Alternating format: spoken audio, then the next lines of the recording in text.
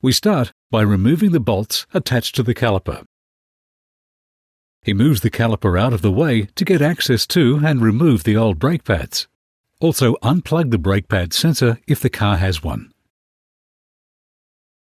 Remove the bolts on the back of the hub holding the caliper mounting bracket. Remove the clips holding the brake line.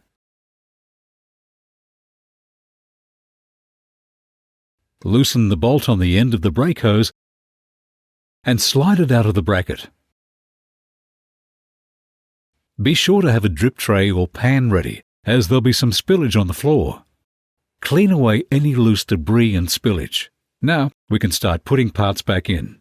In short, the installation will be the reverse of the removal process. So let's start with the brake hose. You'll need to align the new brake hose with the pattern on the bracket. Hand tighten the brake hose bolt and secure it tight with a spanner.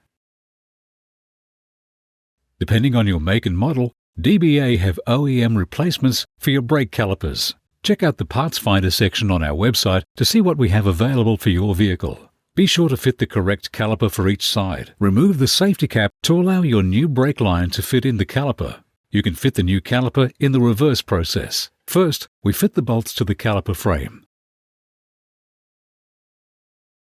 and torque the bolts tight. Now you can fit the brake hose to the caliper using the included washers.